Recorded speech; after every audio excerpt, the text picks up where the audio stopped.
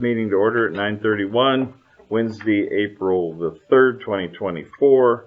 If you would please join me for the Pledge of Allegiance. I pledge allegiance to the flag of the United States of America and to the republic for which it stands, one nation, under God, indivisible, with liberty and justice for all. Okay, old business. We have minutes from March 18th through 22nd and March 25th through 29th. We have both of those before us. Anybody have a motion for me? I'll motion to approve the minutes. Okay. I did not review the 18th to I the did. 22nd. I did, so I'll second them.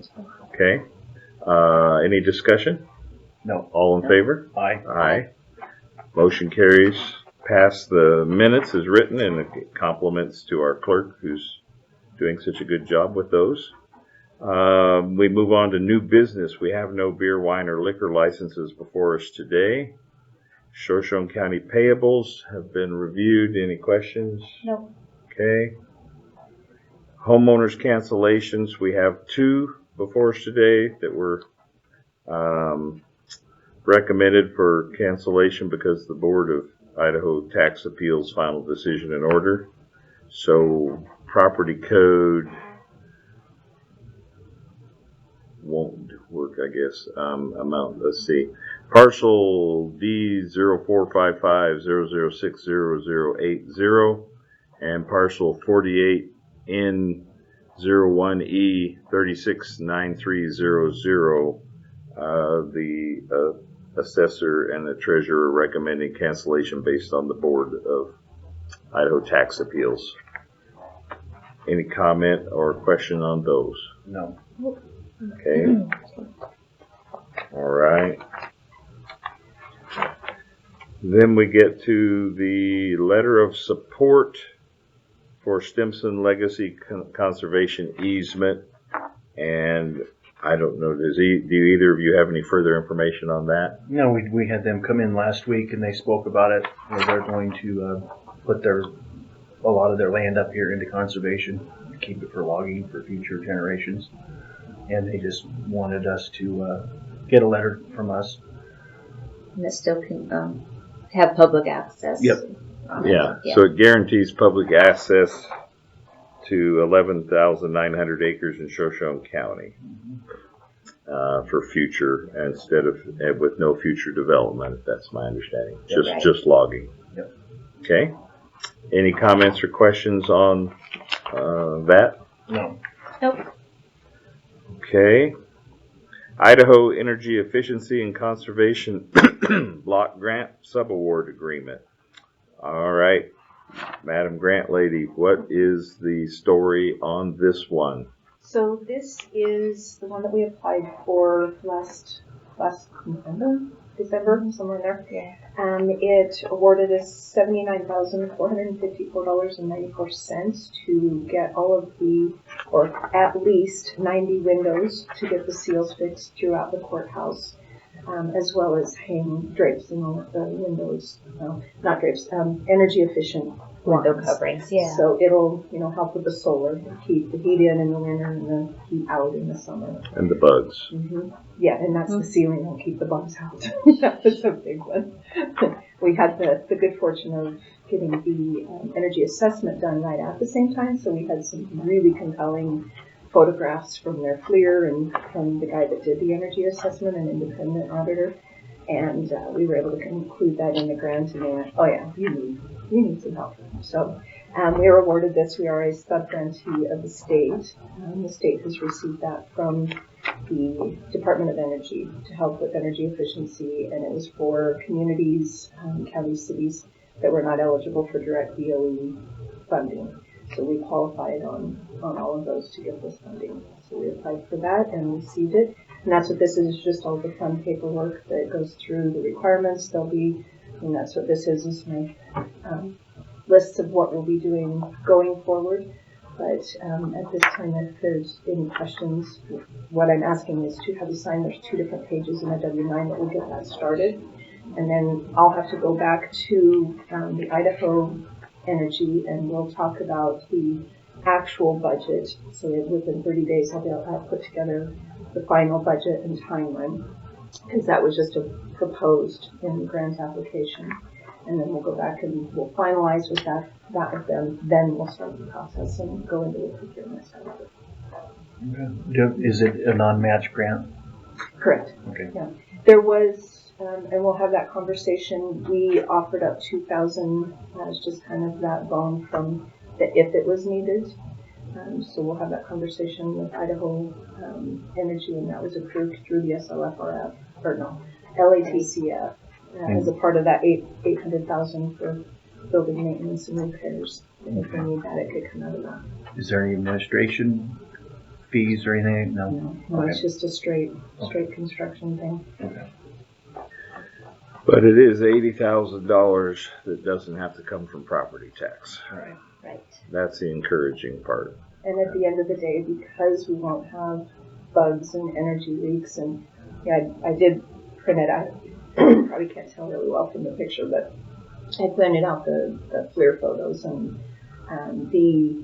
so FLIR is, it's like the heat loss.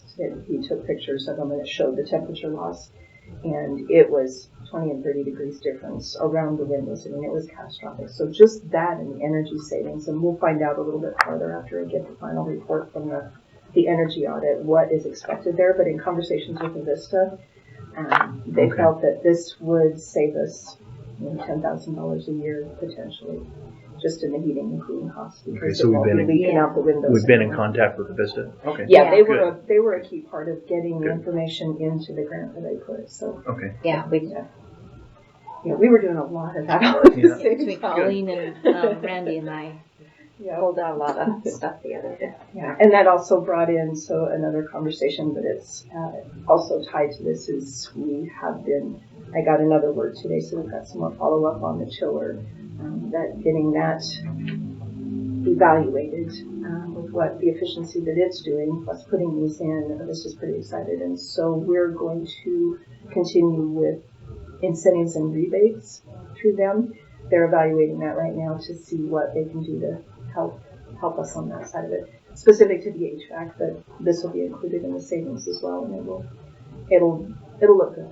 It'll be a good energy savings, and they'll be able to help us later. Might stop some of the constant overheating or overcooling that we have going on around here too, that would help employees. So, okay, well, thank you for your work on that. Okay, any other questions about the grant accepting of the grant? No. Okay, then the next and last item on new business was a part-time deputy prosecuting attorney contract for Mr. Scott Ross with the to fill in a part of those two empty positions. I guess this is just a part-time, since he's not had any luck at finding a full-time. Any questions or comments on that contract? And it's supposed to come out of the prosecutors. Out of the wages that we set aside for those two empty positions that didn't get filled. Okay, the 89,000, probably. Yeah. Okay. But this is just an hourly. All we're offering here is a part-time hourly. Yeah, Okay. hours worked cases. Probably. Part-time, 20 hours or less. So this is basically would take over what Scott was doing, our other prosecutor. Well, it would take half of Half of Yeah, that. what Scott was doing. Yep. So we're just filling a fourth of the Okay. capacity that we had left. Okay. Any questions or comments on that? No. Okay. Seeing none, I would entertain a motion to approve the consent agenda as presented. So moved. So moved, or seconded? Sorry, you're second today. Okay. Last discussion. All in favor? Aye. Okay, so that carries. We do have an indigent case today, so let's go to public comment first. Mr. Beener, let me go down the row. Yeah, okay, it's your turn. So the part-time position, it's not part-time, it's temporary, so there's no benefit. It's under 20 hours, 20 or less. I'm sorry, what was your last statement? It's 20 or less, I believe is what you read. That's, if I'm reading it correctly, yeah. It says 20 or less part-time compensation and promises outlined shall be compensated hourly wage, training, scheduling. Yeah, there's no benefits. Okay, and the $89,000 you're talking about, Scott. You gotta take 3 months off of that to be here October, November, and December. My concern is he's, the prosecutor's raised the wage that he's putting out there to the public now for, I believe it was 105 or 109. He was advertising to fill Scott's position, which you guys asked about. Brittany and him would have to be raised up at that time, and he said yes. So he has money coming out for the raises. If he finds somebody, Gibbons Percy's out there coming out of the wages. The federal prosecuting attorney, I don't know what's going on with that anymore, but that was supposed to be coming out of wages too. There's a lot of money coming out of wages that you can only spend once. And I don't know what his budget looks like right now. Yeah, it looks like, He's got one position we've never filled.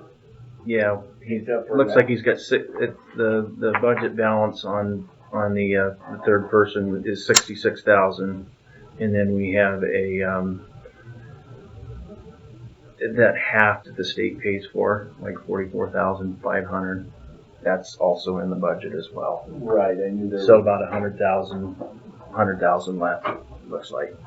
But we don't know what Percy or Gibbons Percy is paid on that. Okay. Like I said, the deputy federal prosecutor, we don't know. The raises that he's advertised for a third prosecutor was, I think, 105 or 109,000 compared to the 89 that's in the budget. So, Yeah. it's going on you guys. Okay. Thank you. Okay. Thank you for your comments. All right. At this time, I would entertain a motion to go into executive session as per Idaho Code 74206D for consideration of indigent cases. So moved. Seconded. Roll call. Commissioner Cassidy? Here. Commissioner Dose? Yes. Commissioner Zimmerman? Okay.